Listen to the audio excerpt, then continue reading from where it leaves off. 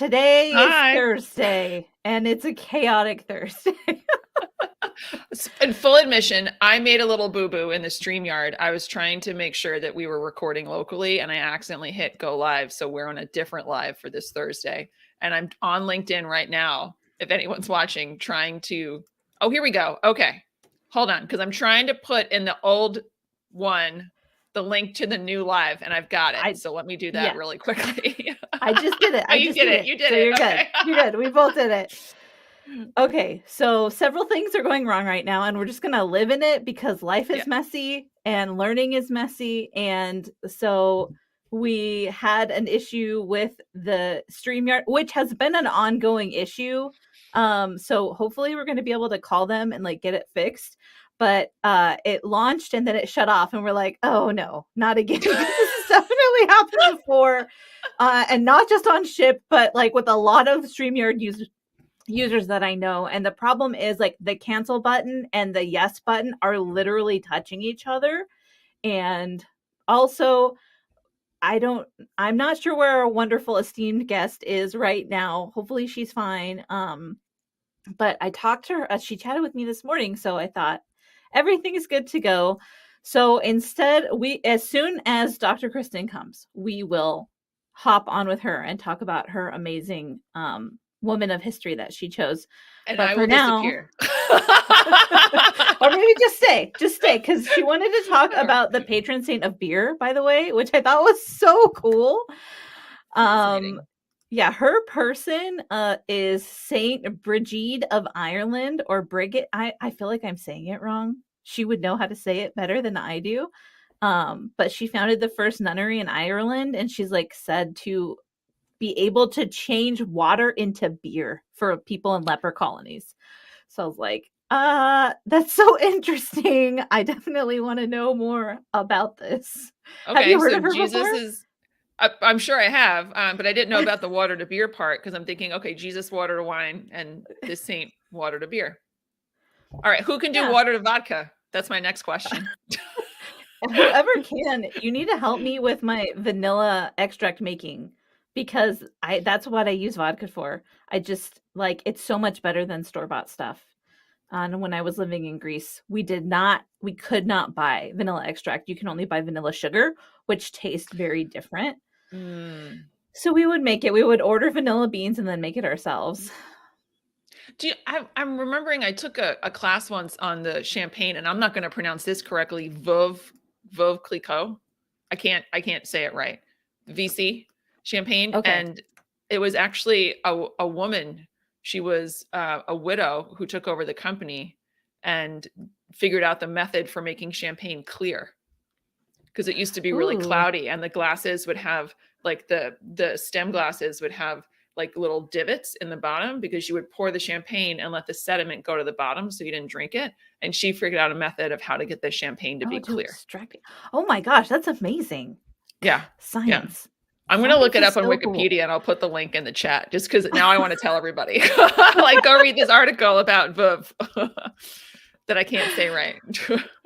I mean, I can't say it either. Yes. So Madame I thought, Clicquot. Yeah, I'll put it in the chat. Okay. Yes. Everyone who's interested in that, which I'm definitely going to read that after, because now I'm super interested, and I really love champagne, but it like is not, it doesn't sit well. Like I always get heartburn. I don't know what the deal is. Like if I have whiskey, it's no big deal, but champagne, I'm like, okay, I'm going to die from this heartburn now. So I haven't been able, I haven't been able to partake of it as of late, but it is a delicious and amazing invention for sure. We should just come on lives and just have these random conversations. Because now I'm Googling patron saint of beer.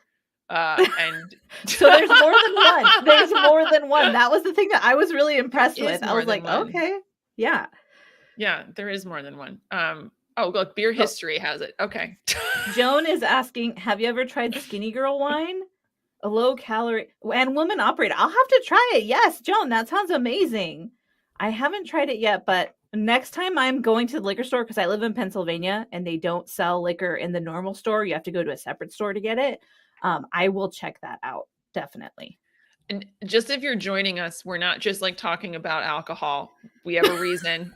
because Dr. Kristen is just running a little late. The woman that she chose through history is one of the patron saints of beer. And that's how we got in this conversation, because I decided to talk about Madame Veuve, who figured out how to make champagne clear from the Veuve Clicquot brand that I can't say properly. So if anyone knows how to pronounce that or how to teach me how to pronounce that properly, please pop in the chat. That would be amazing. Oh, Joan Hi, says Joan. the McBride sisters are African-American sisters who have the largest Black-owned wine company in the U.S. Amazing. That's so cool. Okay, Joan is like full of amazing facts today. Thank you so much for sharing. Joan, do you know the name of the wine brand? Is it I'm the just Skinny really Girl curious. wine? The what? Because she said Skinny Girl wine. I don't know. I think that is I think that's Bethany Frankel. Okay. I think that's her brand. Like, cause she did Skinny Girl margaritas. I think I would assume it's the same brand, but I'm not sure. Okay, let's see. This is what Google is for, friends. Right. It's called the McBride Sisters Collection. Black Girl Magic Wine. That sounds amazing. I love it. I'm going to check it out.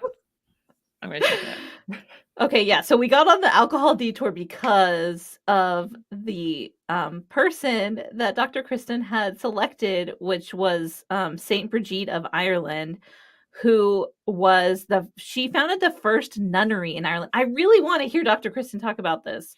So maybe she will be able to come on if she's not going to catch us today.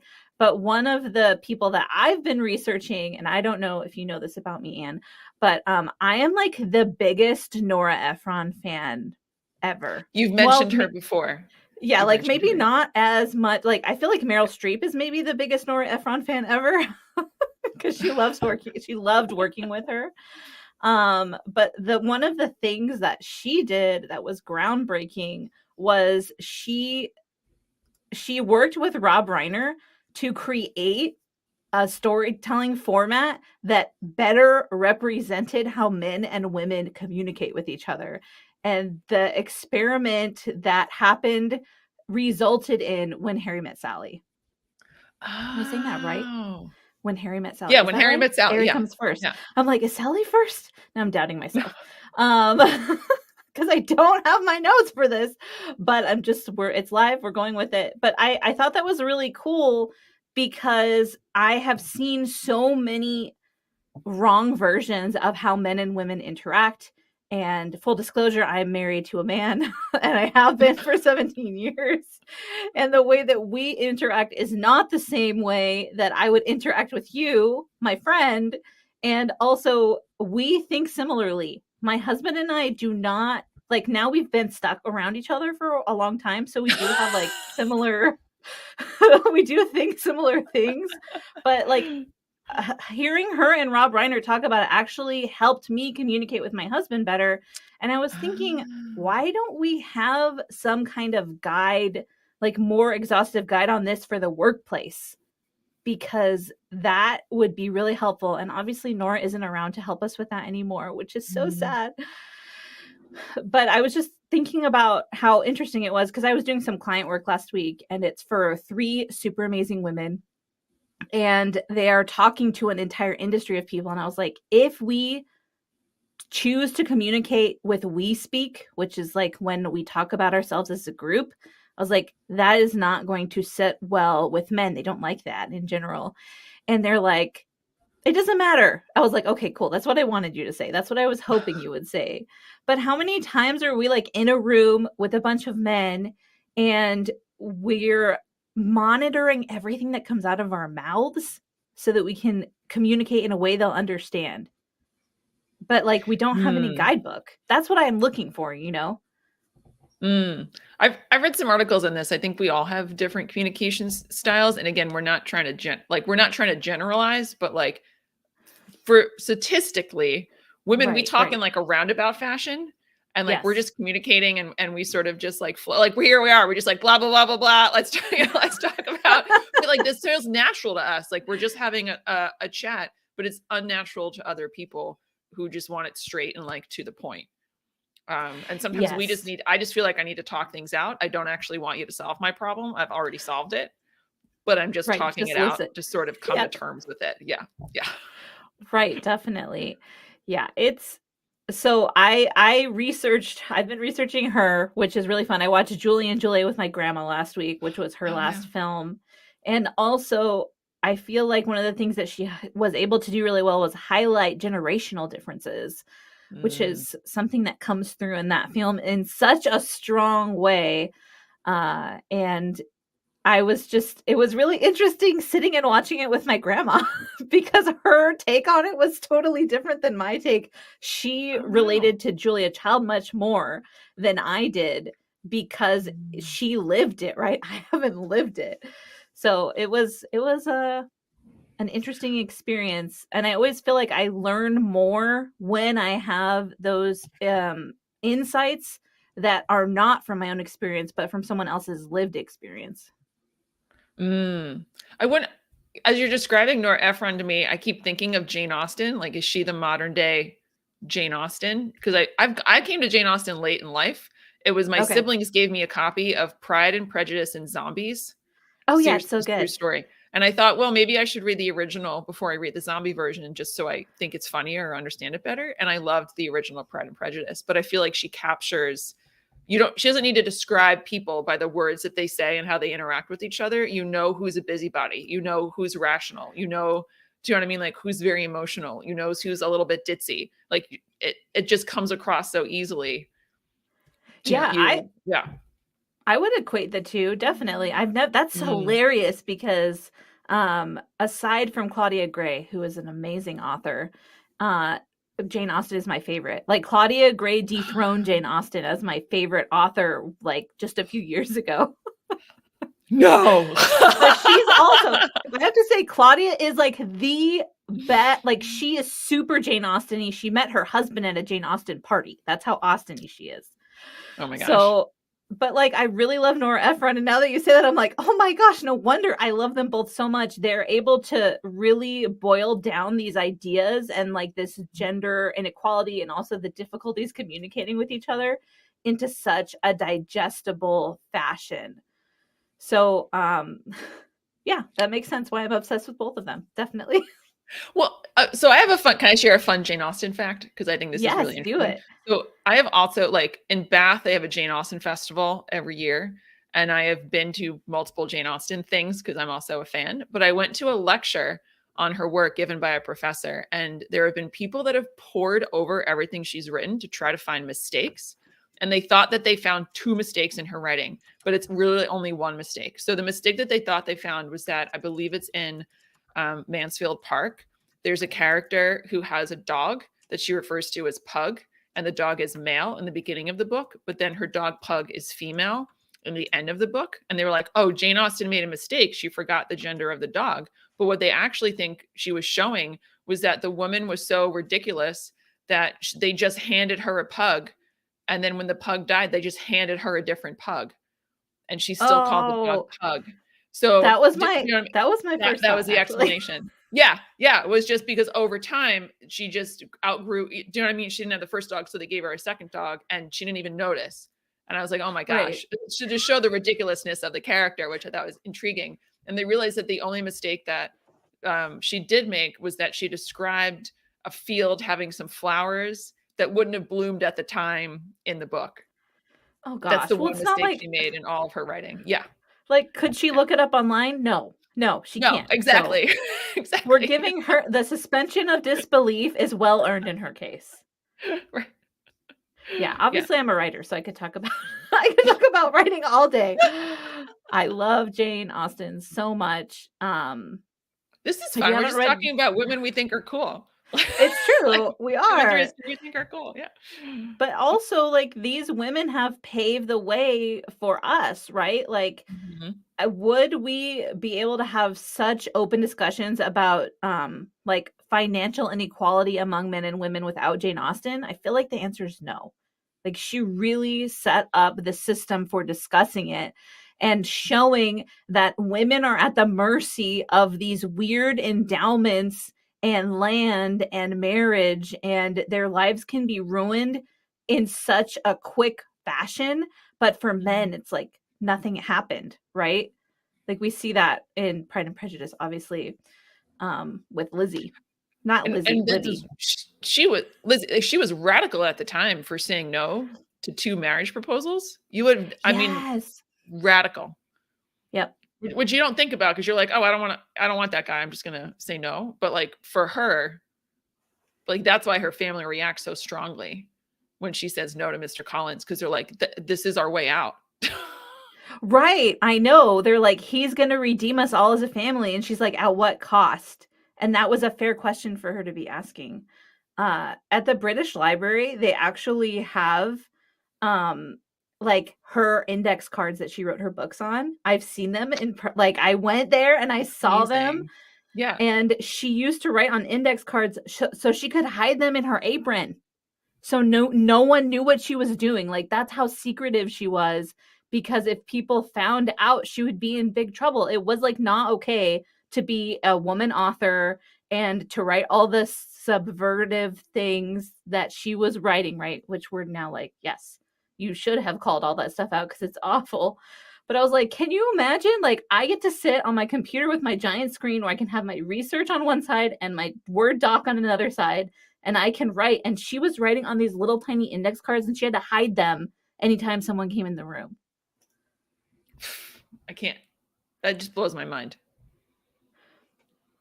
It's so extreme. But I know we have a long way to go, but sometimes when I'm feeling discouraged, I think about, okay, we have made progress. We are able to do things that were considered, inappropriate for women or extreme for women. So I'm learning to try to balance out how I feel, I guess, about it, because sometimes I get so frustrated, especially with like the pay inequality. And even I know like both of us were in male dominated industries. Yeah. Like for career coaching and also for copywriting, there are not a ton of really famous female copywriters. Like even if you look at LinkedIn influencers right now, almost all of the copywriters who are influencers are men. And like they're diverse, like the men themselves are diverse. So I'm excited about that. I love that. But I would love to see more women be considered, on that level, I guess. I think we'll have to do a little thinking of how we can promote other women copywriters on maybe the Ship channel. Yeah, I would love that. I know a couple, like I am working on researching an article for like best copywriters for my website. And it's for people who they don't want to hire me, but they want reputable copywriters, because I know I'm not a fit for everyone. And that's cool. I'm glad. Like there's freedom in that for me and for the person who's like, I don't really like you, Kristen. That's okay. But I want them to have that resource of like, here are other people who are really good at what they do, who maybe your personality fits better. I actually do that too. I like meeting other career coaches because sometimes, exactly, right? If I'm not the person for you or that's not my area of expertise, I want to be able to refer you to someone else who might be. Yeah. And I think that's really important because especially when I know we're both entrepreneurs. We both have built our own teams. Do you know what I mean? Whether that's an accountant or a financial advisor, do you know what I mean? Or like a VA or like, like other vendors that we use. You have to find the team that's right for you. That's true. And yeah, I had to fire someone this week. It was really uncomfortable, but it needed to happen. It was like this really dramatic thing, and I was not expecting the drama at all. And I was like, why am I even a part of this? This has nothing to do with me. You asked me for a referral. I gave you one. The person didn't hire you, and now you're yelling at me. That's not okay. No, that's not okay. That's not okay. I'm sorry you had to go through that. Yeah, I mean, thank you. It's one of those things where we know it's going to happen, right? Like it happens to all of us where we're like, okay, we hired this person and it didn't end up being a good fit. And now I have to go find someone else to do it. So should be that's okay. But I know that, and I understand like those can be really uncomfortable conversations, but like the question to ask yourself is what happens if I don't do this? Right. Like, and I almost think it replies, and I use this a lot in reference to like dating. Like if you know that you're dating the person who's not for you, you're just wasting time. You're wasting your time. You're wasting their time, right? Where it's like, if you part ways, then you're free to go find someone, whether you're dating or in business, that's a better fit for you and can help you move your business along. And that person is free to go do the same thing. and you're not holding each other back. So I almost wonder if we reframe it as in like, this is just not a match. Do you know, Yes. but I don't think we're taught very well a lot, like how to take rejection well, but rejection is not a bad thing. Rejection is one step closer to the path you're supposed to be on. Yes. That's how I like to look at it. Yeah. Yeah, I was just editing a podcast episode where I talk about that. So that's why I'm laughing, because I'm like, if someone says no, it's good. And people always look at me like there's something wrong with me when I say that. But it's good because, you know, I'm not going to invest any more time in this person, which is so much better, like you're saying, than wasting each other's time. And then you can't go out and find the relationship that you really need. I feel like we could make a webinar on the word no, and we could call it like KNOW, no, you're no. But it's like no is a complete sentence. No is not, do you know what I mean? No is not, don't consider it a bad thing, right? Like it is better to say no more often than it is to say yes, because you have to stay on, do you know what I mean? Like you have your priorities and you stay in your path. And this concept that I keep having, and I've decided that because I'd like to sign up for too many things. I don't know if anyone else listening also does that. I'm not like that at all. I can see your eyes going around like my lot is like, I decided to not say an immediate yes to everything. I've decided that, but my answer is not no. My answer is, let me think about that. Yeah, it's good to think about it. And also, like, I have an extra step that I just built in because I have this problem. It's so intense for me. I go and I talk to my husband because he has learned so much about how businesses operate just to support me. He does not own his own business. But I'll be like, this is the thing I'm thinking about. And he'll ask me, how is this in line with your goals for the next year or the next 5 years? And it's always a question that stops me because I'm like, is this part of what I'm supposed to be working on right now? Because if not, I have to say no. I think writing your goals down, and I like to pick 3. Like I always have no more than 3 priorities. And I also like to look, does this move the needle on these 3 priorities? If it doesn't, then I shouldn't be doing it. Yes. Which I think is really hard sometimes. Because I mean, like I like to help people out. I want to be helpful. But also if I say yes and then do a bad job, that doesn't really count. Dr. Kristen just came in. Yay! Hey, okay. Dr. Kristen. Hey guys, I'm so sorry. Client over phone call. Let me close my door. I wanted to get here as soon as possible. That's okay. No problem. Oh, good. Now we can talk about the patron saint of beer. I know. I'm so excited for this. I was like, so we were talking about your person that you picked for today. I know I'm saying her name wrong, I'm sure, but I was like, I'm not going to read my facts because Dr. Kristen is going to do so much of a better job talking about her. And I want us all to hear about it because I'm so curious. I'm like so intrigued. Well, I'll just get right to it. Again, sincere and deepest apologies. This is just like life is what happens when you're making other plans type of situation. So, so I picked St. Bridget of Kildare, and she is the mother saint of Ireland. And Ireland is, so the reason I picked her, just really briefly, is that my PhD is from Queen's University, Belfast. And I have several friends who are incredibly interested in the monastic tradition. And I actually just got a chance to visit St. Bridget's home place in Kildare about a month ago when I was over in Ireland. And she's very significant this year because the Republic of Ireland created a national holiday for her for the first time. So so St. Patrick's Day has always been a national holiday, like forever. Okay. But in terms of the monastic tradition, Bridget is just as important as Patrick. And she hasn't gotten her due until this year. So the really important things to know about Bridget is that she was some sort of, well, obviously we don't know a ton about her. She was around in the 4th century. Writing, not a priority.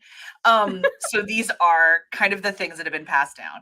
So what we do know is that she was a powerful leader in the area of Kildare, which Kildare is south of Dublin. So if you imagine the island of Ireland, this is like somewhere in the bottom third, like somewhere around there. And she was already a powerful chieftain, already a powerful priestess, and already had a network of women that were working with her when Christianity showed up. And so Christianity showed up. Patrick pretty much brought it. That is true. He didn't drive any snakes out because there were no snakes because it's an island. So there were no snakes.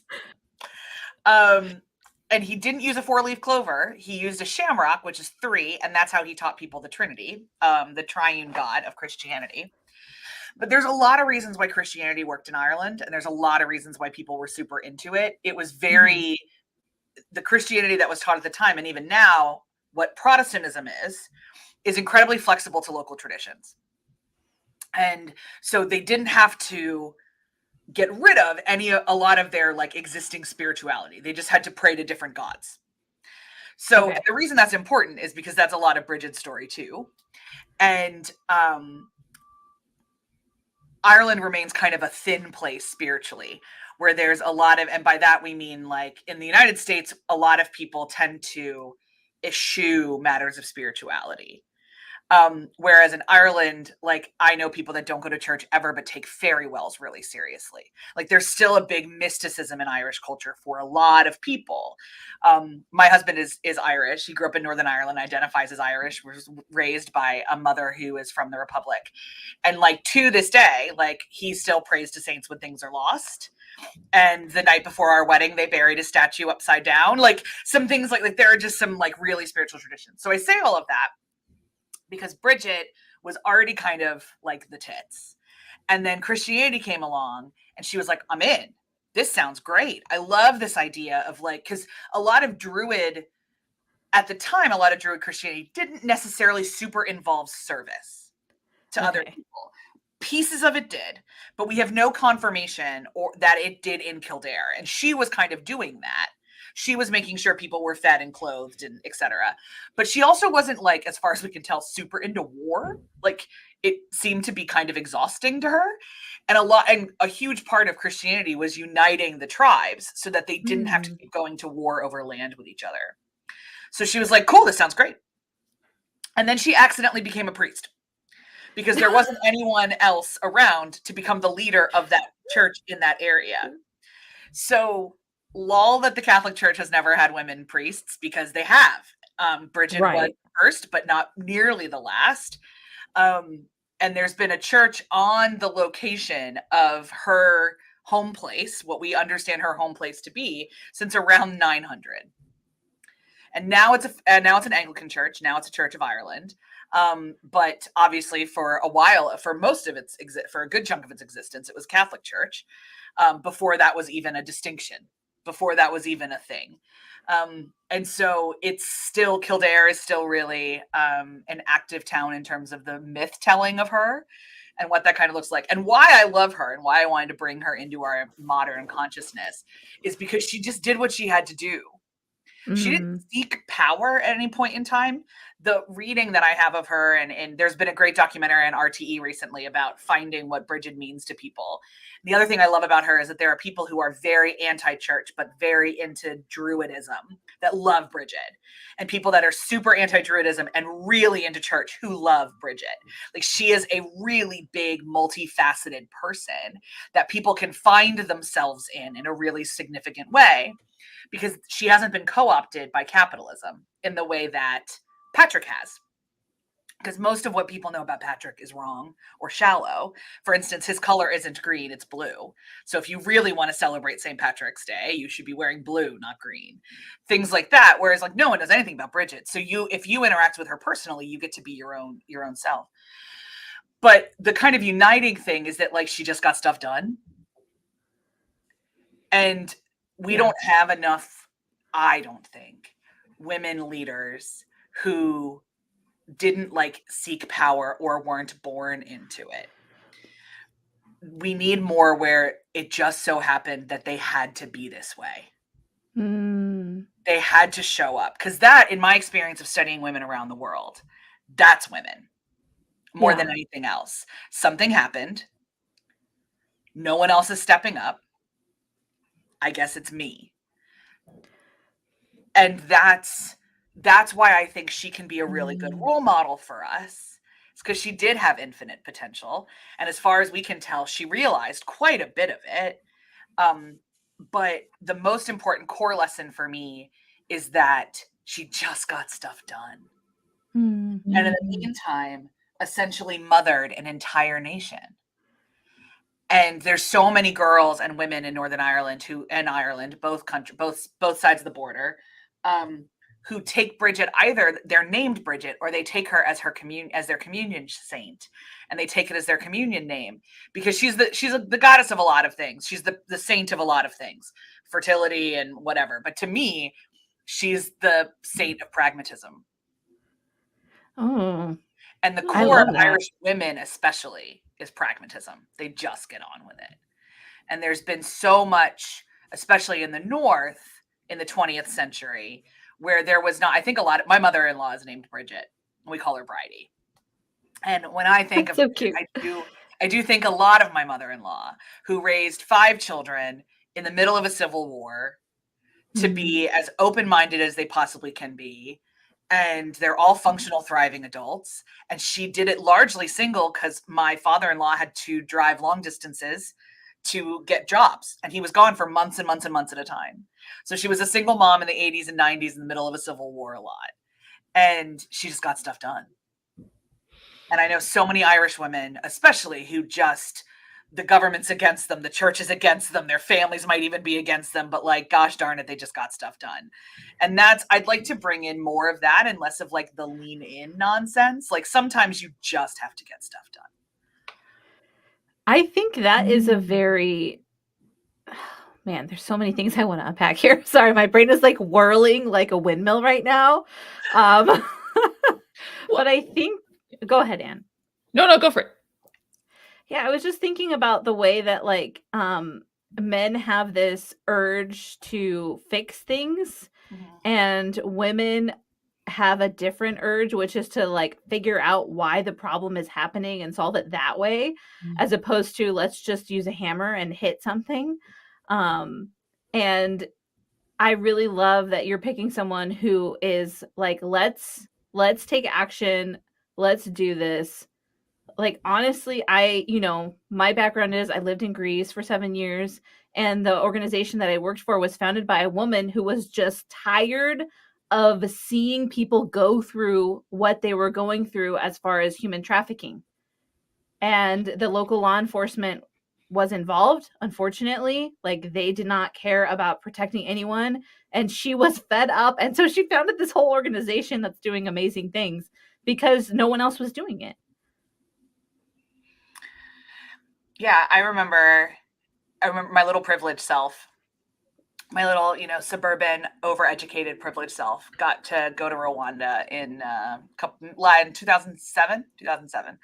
And part of my job was to talk to women who had been sexually assaulted as a weapon in the genocide. And I was having this conversation with this woman, and like, again, I'm like 23, I think. So my world was pretty big, but pretty small, exactly at the same time. And she had like 6 kids and no husband. And she started talking and pointing out which kids belonged to which men that lived around her. And it turns out that most of those men had assaulted her during the genocide. Ugh. And she chose none of them, is essentially what it came down to. And so either before, after, or during the genocide. And like, my little privileged self was like, how do you do that? How do you get out of bed in the morning? How do you function? And she just looked at me like I was the stupidest person on the planet and said, my kids need to eat. Yeah. And that's like, to me, that's the core of that. Women, so many women are, and I'm not a mother. I don't want to be a mother, but I still believe myself to be driven by nurture in some way. And a lot of women I know are driven by pragmatic nurturing.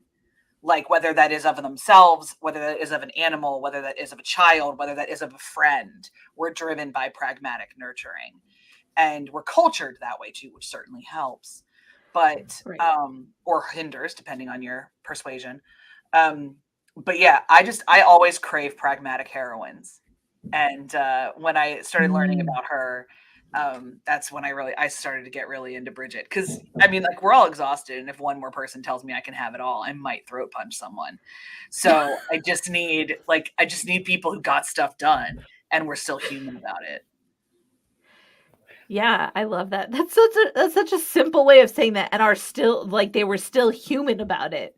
because that is very difficult. And I think that ties perfectly into the work you do, which I would love to just touch on that a little bit, because I did have some people before we started that were super excited to hear from an international empathy educator.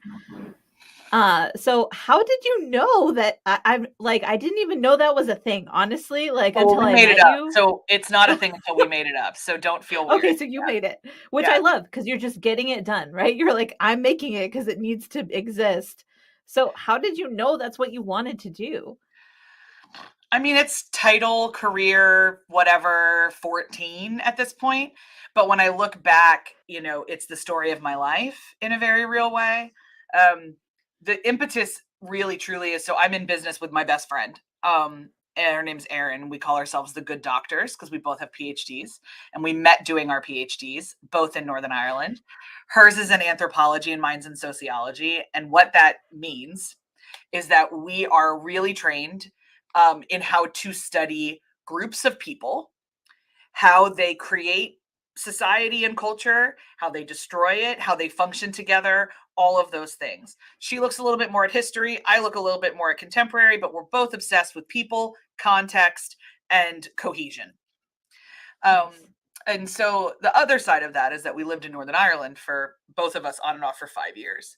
And for anyone not familiar with Northern Ireland, it was the location of an armed ethno-national conflict from 1968 to 1998. And the conflict isn't over. It's just frozen. Like, it's not over. And we are seeing the knock-on effects of never dealing with trauma, ever. And also, so that is the impetus in a lot of ways, is when COVID happened, we started looking around and being like, oh, we've been here before. And we see what unresolved, undulating international trauma does to people.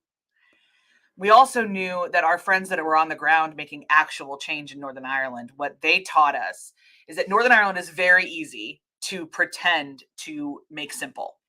People will tell you it's a war between Catholics and Protestants. It's not. There's two sides. There's at least 10. This definitively happened. It did not.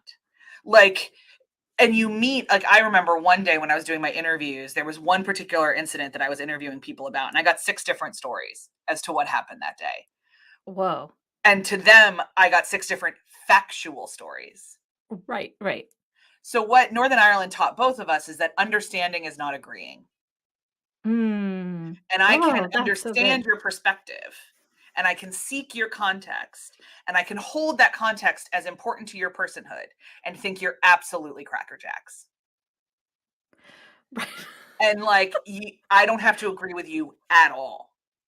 I can kind of agree with you. I can totally agree with you. Or I can think that your opinion is actually harmful to other people. But I can understand it enough to still remember you are a human being. And not the flattened caricature I want to turn you into. And so all of that knowledge, and then we started watching, I mean, like, obviously we all lived through 2016, we all lived through 2020, we all lived through all of it. And Erin and I just kept looking at each other being like, how do we communicate to people what understanding really is? So we did what every modern researcher does, and we turned to Google. And we started Googling and discovered that the word empathy, in as many dictionaries as we can consult, doesn't actually have a lot to do with emotions. What it actually has a lot to do with is understanding. So we did some more research, and we've created, our definition of empathy is a consistent, intentional decision to choose understanding over assumptions of yourself and other people. Empathy is a practice, because very honestly, be honest with yourself. Somebody looks at you and says, I know just how you feel. What is your reaction? No, you don't. To throat punch them, honestly. Yeah. Yeah, it's not possible. There's a couple different reasons. One, emotions only last fleetingly for about 90 seconds. Then we get like other residual stuff. We are very, very early in academic emotions research. So like, that's weird. And second of all, every human is different. That's true. Every single person is a different person. Thank you, Ted Lasso. Every single person is a different person. And so like, if you are, Erin and I both lost our grandmothers within about 6 weeks of each other. Erin had no relationship with her grandmother. Most of their family was actually probably kind of glad that they were gone. Like, you know, I mean, not really, but like there was not a lot of, I saw my grandmother like every month. We were really, really close. So if I had looked at Erin when her grandmother died and said, man, I know just how you feel. Lie. Right. It's not real. I've never lost a grandmother that I didn't have a relationship with. Right. So what we decided is that instead it's a practice. It's when you're empathetic with yourself, you take into account your own contexts, motivations, triggers, assumptions, everything else. Then the more empathetic you are to yourself and the more curious and empathetic you are about other people, this becomes a cyclical practice where honestly, it becomes very easy to look at the world and be like, they are all people with their own personhood and their own motivations. I cannot control them. I can choose to get mad over things I can't control. Right. Or I can choose to love the person in front of me and choose empathy and move forward with my life. My anxiety has I lived through 2021 and 22 a lot easier than a lot of my friends because I just kept looking at the news and being like, I can't do anything about that. I can't do a thing. All I can do is love the person in front of me. That's all I can do. So let me focus my energy on that. Get myself an ice cream at the end of the day and call it a life. Like I keep getting these texts from like different activism groups around the world. And I'm like, I can't do anything for you. Like, here's some cash, but like, I can't vote for you. Like, so that's one of the reasons that we really started doing. And the more.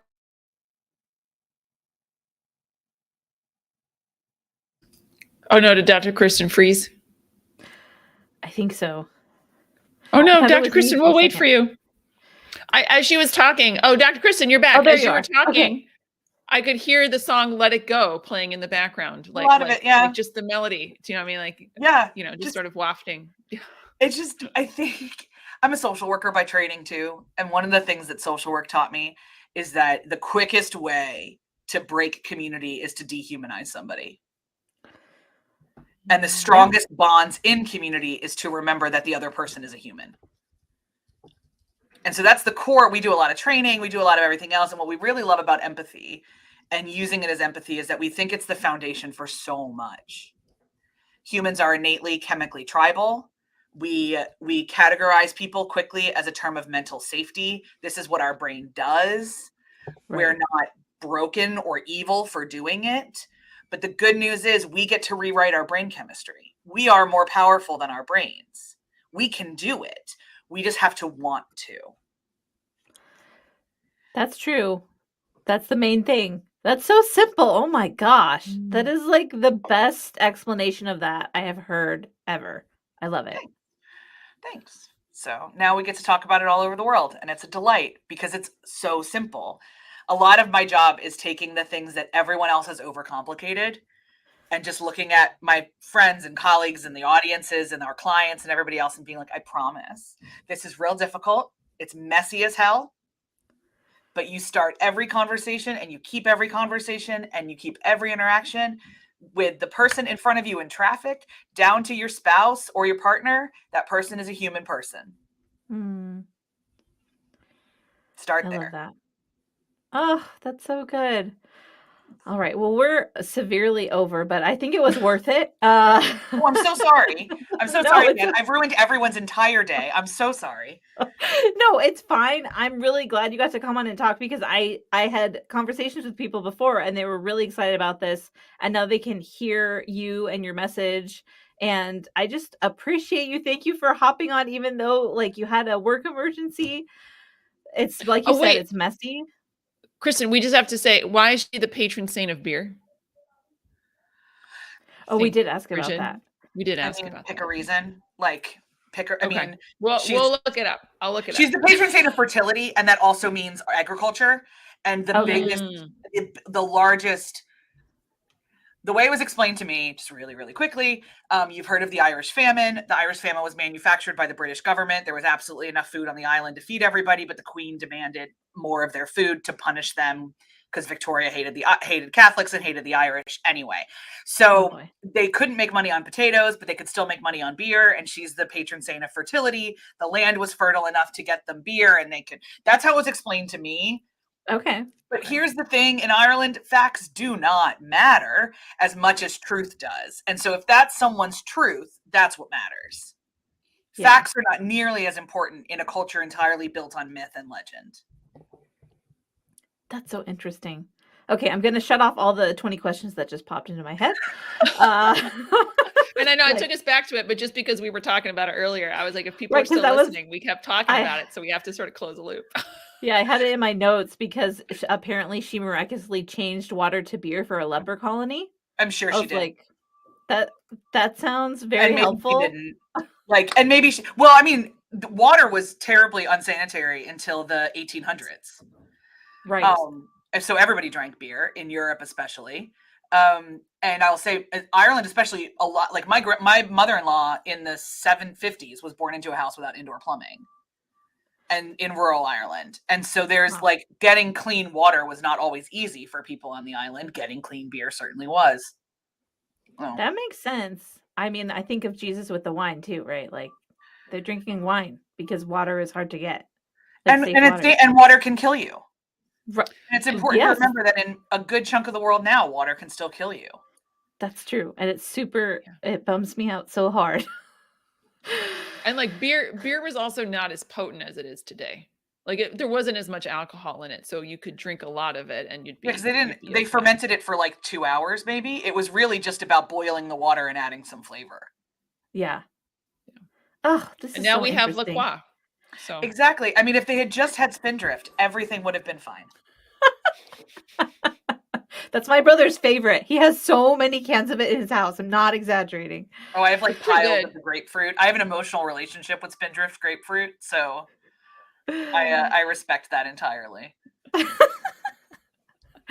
Well, thank you so much, Dr. Kristen, for coming on. Sorry, I couldn't read your very impressive bio, your bio, but it's on the site. It's on the events. And tune in next week where we're going to have Dr. Sharon and Heather talk to us about women's history, and they're going to make us laugh because they always do. So thanks so much for being here, and we hope you have a ship-tastic day. Love it.